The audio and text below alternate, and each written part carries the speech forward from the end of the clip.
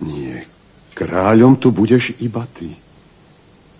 Pretože máš srdce ako bochník chleba. Dostal som do daru 2 krajiny. Jednu dávam tebe a druhej vládni ty. Skutočne nás nedáš Katovi? A kde sú tie 2 kráľovstvá, teda to moje? Nedaleko Zlatnej krajiny. Stačí vám len ísť. Cesta, po ktorej ste už raz šli, vás tam zavedie. Takže budem kráľom.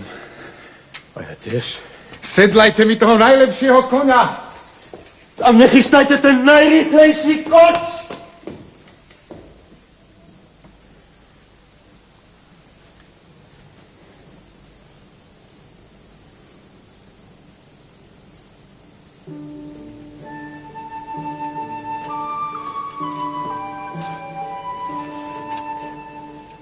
Otec,